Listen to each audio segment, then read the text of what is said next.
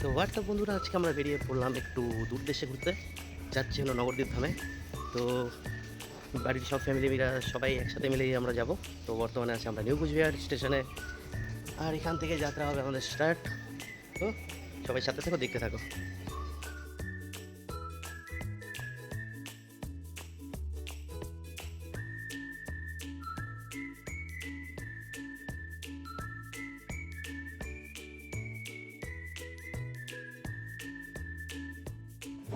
রাস্তাটা যেহেতু খানিকটা দূরের, তো সারাক্ষণ বসে থেকে দরজায় দাঁড়িয়ে ভাল লাগছিল না। তো হঠাৎ করে বেরিয়ে পড়লাম ট্রেনের মধ্যে একটু ঘোরাঘুরি করতে।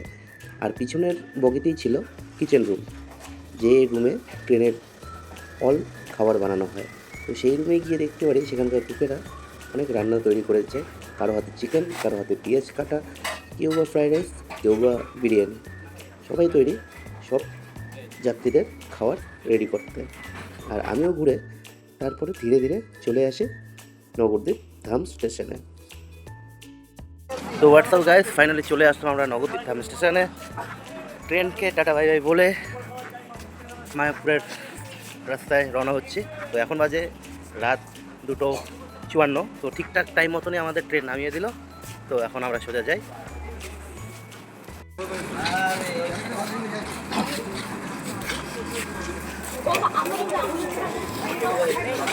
যেহেতু আমাদের মাঝরাতে আমাদেরকে স্টেশনে নামতে লাগে, তো সেদিন নবদ্বীপ ধাম স্টেশনেই রাত কাটিয়ে ভোর ভোর রওনা হয়ে যাই মায়াপুরের উদ্দেশ্যে। নবদ্বীপের অন্য প্রান্তে আছে মায়াপুর, নদীর এপারে নবদ্বীপ, নদীর ওপারে মায়াপুর ইস্কন মন্দির। আর এই ইস্কন মন্দিরটি দেখার জন্য বিভিন্ন প্রান্ত থেকে, অনেক দূর দূরান্ত থেকে লোকজন ছুটে আসে প্রভুর দর্শন করতে। আর এই প্রভুর দর্শন করার জন্য আমাদের সকলকেই এই গঙ্গা পার হতে লাগে। আর এই গঙ্গা পার হয় দুটি রুটের মাধ্যমে। একটি গাড়িতেও যাওয়া যায়, সেটা অন্য প্রান্ত দিয়ে ঘুরে তারপরে মায়াপুর ঢোকে। আর অন্যথা যেটা শর্টকাট রাস্তা, সেটা হলো এই নৌকায় বিহার করে মায়াপুরে পৌঁছানো। আর এই জায়গাতেই অবস্থিত তিনটে নদীর মিলনস্থল, যাকে আমরা বলে থাকি ত্রিবেণী। জায়গাটা খুবই সুন্দর। সকালের আবহাওয়া, তাই কিছুটা শীত শীত লাগছিল এবং কিছুটা কুয়াশাও পড়েছিল। আর সামনে যেহেতু ছিল ত্রিবেণী, সেখানে তিনটে নদীর মিলনস্থল দেখে খুব ভালোই লাগছিল। তো ফাইনালি আমরা চলে আসলাম রুমে। রুমে বলতে রিসেপশনে এখনও অবধি আছে। রুম নেওয়া হলো, একটু পরে আমরা রুমে চেক ইন করবো। আর সাথে সাথে খাবারের কুপনটাও একসাথে কেটে নিলাম আমরা। আর আজকে যেহেতু একাদশী, তার জন্য আজকে মেনুতে আছে, দেখতেই পারেন আপনারা, এই সব কিছু 90 টাকার বিনিময়ে পাওয়া যাবে। আজকে যেহেতু একাদশী, তার জন্য এটাই হলো মেনু।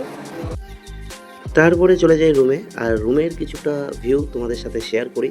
যেহেতু এটা গীতা ভবনে এসেছি, আর জায়গাটা খুবই সুন্দর, মন্দিরের ঠিক পিছনেই অবস্থিত। আর সেখানেই রুমের ভিতরে যেহেতু আমাদের এসি রুম ছিল, রুমটা কিছুটা এরকম ছিল: একটি ওয়ার্ড্রপ, দুটো বিছানা, আর তার নিচে ছিল আরও দুটো বিছানা, মানে টোটাল 4টা বিছানা। এবং বিছানাগুলির উপরে খুব সুন্দর প্রভুর ফটো লাগানো ছিল, খুবই সুন্দর লাগছিল দেখে। আর ঘরটা ছিল খুবই পরিষ্কার এবং খুব ঠান্ডা।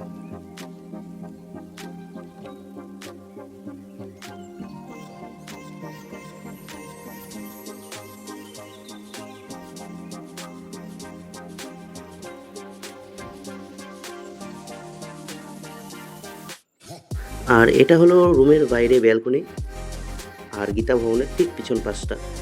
খুব সুন্দর মেঘলা আকাশ, মেঘলাও বলবো না, খুব পরিষ্কার আকাশ। কিছু কিছু ছোট ছোট মেঘ ভেসে বেড়াচ্ছে এই আকাশে। আর তার সাথেই অ্যাটাচ ছিল বাথরুম। বাথরুমটা খুবই পরিষ্কার, খুবই সুন্দর, খুব বড় বাথরুম। আর শীতকালের জন্য রাখা আছে গিজার, যেহেতু গরম জল দরকার পড়তেই পারে, তার জন্য সব কিছু সেট আপ করে রাখাই আছে এই জায়গায় সমস্ত ভক্তদের জন্য।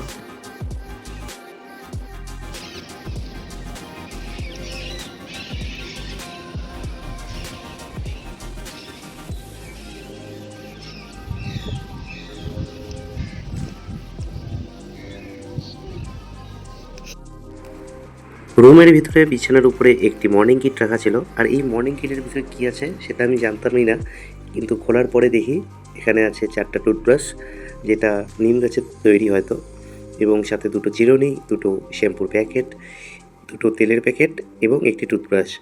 সাথে একটি নিম সাবান। খুবই সুন্দর ছিল তাদের এই প্যাকেজিং, খুব সুন্দর তাদের প্যাকেট এবং তাদের প্রোডাক্টটাও।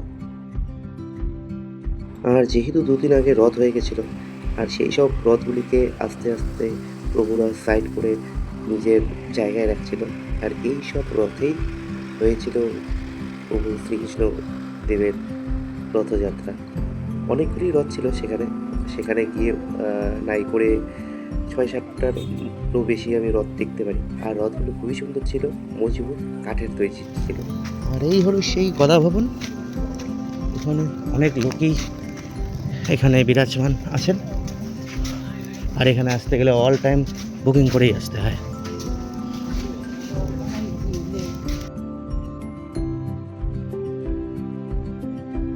গদা ভবনের পাশে একটি বসার জায়গা আছে, আর তার সামনে একটি ওয়াটারফল।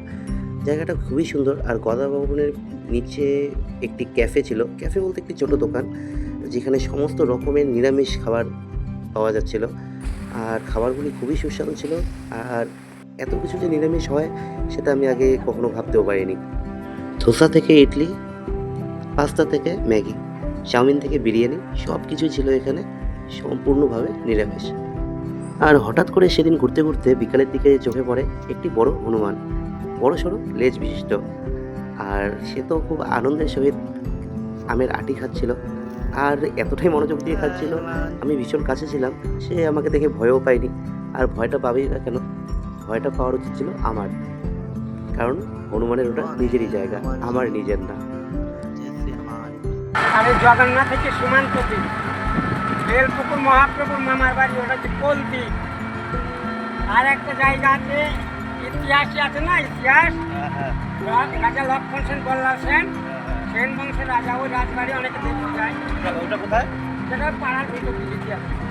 যদি যান আমি একটু কম করে নিতাম, দেখিয়ে দিতাম। না, কে আছে? ওটা মানে কোন দিকে বললেন? ওটা পাড়ার অন্য রকম দিতে ও আচ্ছা।